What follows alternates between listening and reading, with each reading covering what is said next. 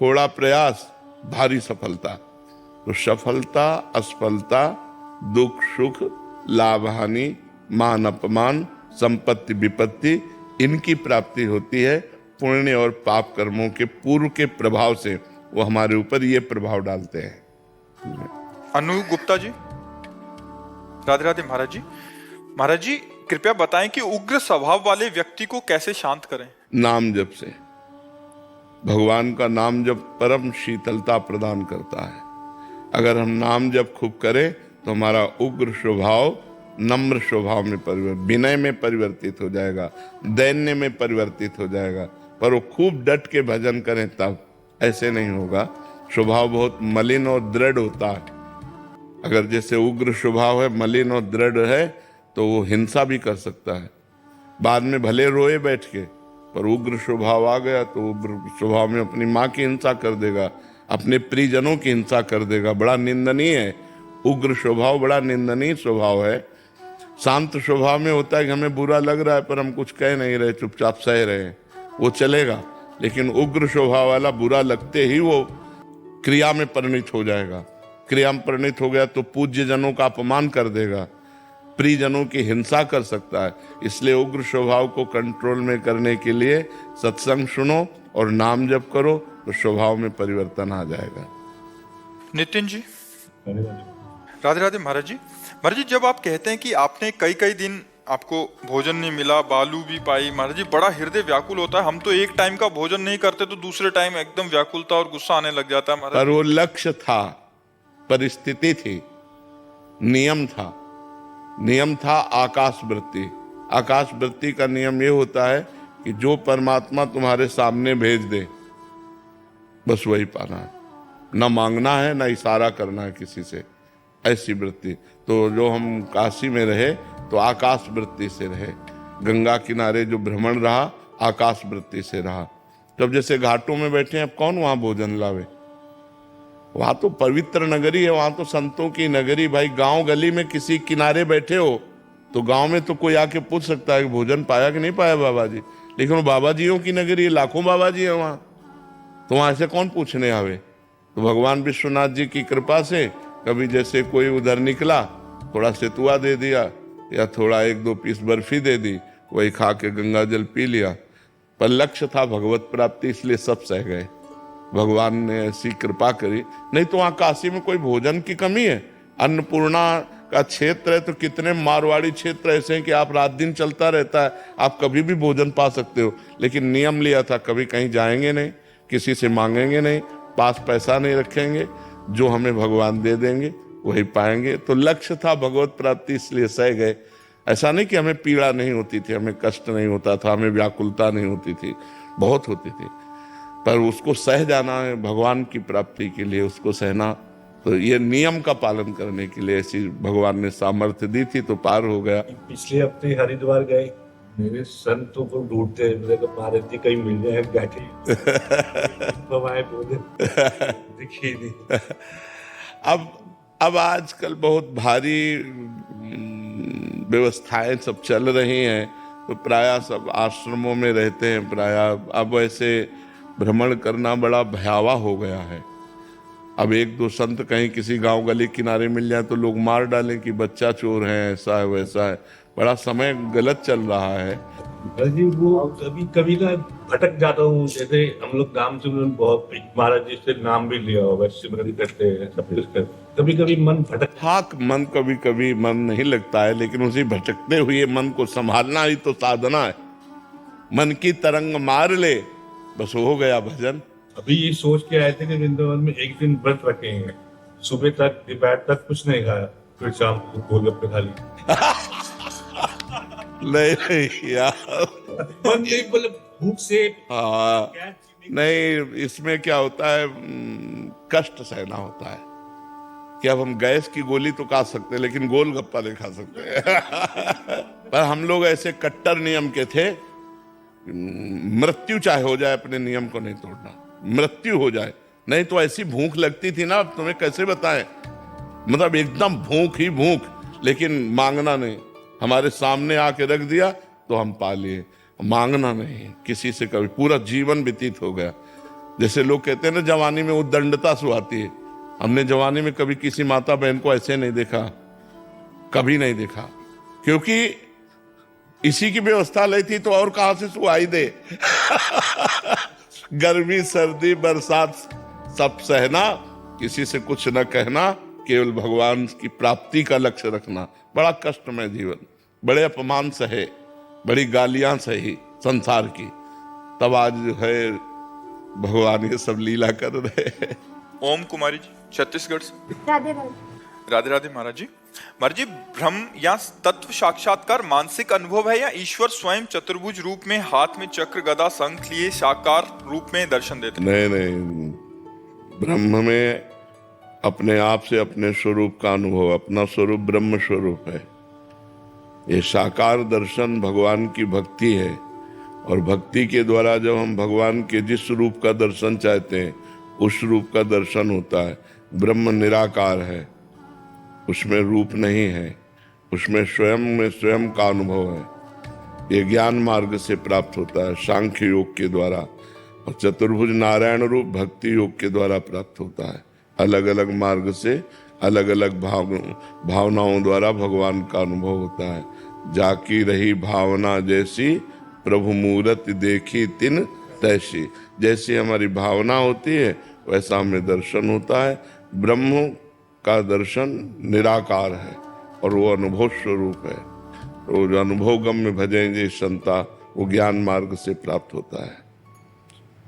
महाराज जी, साक्षात्कार की योग्यता कैसे बनती है? क्या केवल ज्ञान और भक्ति के द्वारा जीव स्वयं के साक्षात्कार की ओर अग्रसर हो जाता है? बिल्कुल बिल्कुल, किसी एक मार्ग का अवलंबन लेकर, ज्ञान मार्ग का अवलंबन लेकर के वो अपने स्वरूप में स्थित हो जाता है। ब्रह्म विद ब्रह्मैव भवति, जो ब्रह्म को जान लेता है वो ब्रह्म स्वरूप हो जाता है। सोई जाने जे देव जनाई, जानत तुम्हें तुम्हें हो जाए। भक्ति मार्ग में दासोहम है और ज्ञान मार्ग में सोहम है, अहम ब्रह्मास्मि है। दोनों मार्ग सत्य हैं। ज्ञान मार्ग से निराकार ब्रह्म का अनुभव होता है और भक्ति मार्ग से साकार ब्रह्म का अनुभव होता है। राधे राधे महाराज जी। महाराज जी, आपके चरणों में कोटि कोटि नमन। महाराज जी, आपने सत्संग में बताया था कि जब नाम जब चलता रहता है तो सारे विकार धीरे धीरे निकलते हैं और खत्म होते रहते हैं। ये हमें किस तरह पता चले कि अभी जो विकार हम पर हावी हैं वो निकल रहे हैं, या वो हमारे रेगुलर विकार हैं, वो पूरी तरह से खत्म होते हैं या दब जाते हैं? विकार कभी रेगुलर नहीं होते। मात्रा स्पर्शास्तु कौन्तेय, शीतोष्ण सुख दुखदा, आगमा पायनो अनित्यास, तास्तितिक्षस्व भारत। भगवान अर्जुन से कहते हैं ये इंद्रियों के स्पर्श सुख, ये आगमा पाइनो अनित्यास, ये आने जाने वाले अनित्य नाशवान हैं, इनको सहना चाहिए। तास तितिक्षस्व भारत, ये सहने से नष्ट होते हैं, भोगने से प्रवृत्ति बढ़ती है। जैसे जैसे हम क्रिया करते हैं भोगों की, वैसे वैसे गंदे संस्कार हमारे बनते जाते हैं। और जैसे जैसे हम धर्मयुक्त भोग भोगते हैं और संयम से रहते हैं तो हमारी इंद्रियां पवित्र, हमारा मन पवित्र, हमारा भाव पवित्र, फिर सब परम पवित्र भगवान को प्राप्त करने की योग्यता आ जाती है। जब हम नाम जप करते हैं, पवित्र आचरण रखते हैं, पवित्र भोजन पाते हैं, पवित्र व्यवहार करते हैं, तो धीरे धीरे धीरे धीरे दीर्घ काल निरंतर सत्कार सेवितो दृढ़ भूमि, दीर्घ काल तक यदि निरंतर नाम जप किया जाए और संयम से रहा जाए तो ये हमारा जो इंद्रिय दोष है, काम क्रोध आदि, ये धीरे धीरे शांत हो जाते हैं। और ये अपने को अनुभव मिलता है, किसी और को नहीं। अपना हृदय निर्विकार होने लगता है, शांत होने लगता है, गंभीरता आने लगती है, प्रसन्नता जागृत हो जाती है। ये सब देवी संपदा के सद्गुण जागृत हो जाते हैं। हिमांशु जी चौमो। राधे राधे महाराज जी, आपके चरणों में कोटि कोटि नमन।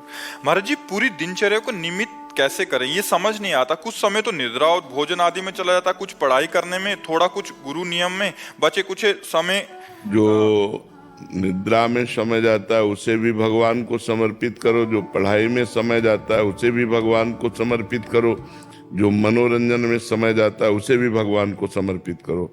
तो ये समर्पण योग आपको ज्ञान योग प्रकाशित कर देगा। आपके अंदर शुद्ध बुद्धि होने लगेगी, यत करोषि, भगवान ने कहा जो करते हो वो मुझे समर्पित कर दो। तो नाम जप करते हुए जब चेतना में है तो नाम जप कर रहे हैं, जब निद्रा में 5-6 घंटे तो वो भी भगवान को समर्पित कर देते हैं, जब विद्या अध्ययन या नौकरी या व्यापार वो भी भगवान को समर्पित कर देते हैं। तो इस समर्पण योग से भगवत प्राप्ति की योग्यता आने लगती है। महाराज जी चाहते हैं कि मनोरंजन आदि ना किया जाए, पर मनोरंजन के बिना रहा भी नहीं जाता। हम कहा बिल्कुल कीजिए, हम मना नहीं कर रहे, इसीलिए मना नहीं किया, जोड़ दिया। पर असत मनोरंजन नहीं। रामायण देखिए, महाभारत देखिए, बैठकर भगवान की चर्चा कीजिए, सत मनोरंजन करो। भक्त जन मनोरंजन भगवान का नाम है। अपने भक्तों के मन का आनंद वर्धन करने वाले भगवान है। तो भगवान की लीलाओं में मनोरंजन कीजिए, भगवान के चरित्रों को देखिए। बड़े गंभीरता से रामानंद सागर ने रामायण की और महाभारत की, किसी अन्य ने बड़ा सुंदर। सांसारिक मनोरंजन से ये भागवतिक मनोरंजन कीजिए। आप रामायण देखिए, आप बहुत से ऐसे चरित्र है, कृष्णा चरित्र है, ऐसे चरित्रों को देखिए जिससे कम से कम हमारा भाव तो जा रहा है कि राम जी हैं, लक्ष्मण जी हैं, ये हनुमान जी हैं, हमारा चिंतन तो बन रहा है। वो एक अनुकरण किया गया है लीला का, लेकिन हम सत्य चिंतन करने लगते हैं, ये सिया जी हैं, ये राम जी हैं, ये हनुमान जी हैं। तो हमारा चिंतन जब सिया राम में सब जग जानी आदेश है कि सारे जगत को सिया राम में देखो, भगवत स्वरूप देखो, तो जब हम रामचरित्र देख रहे हैं तो उसमें तो भगवत भाव बन ही जाता है।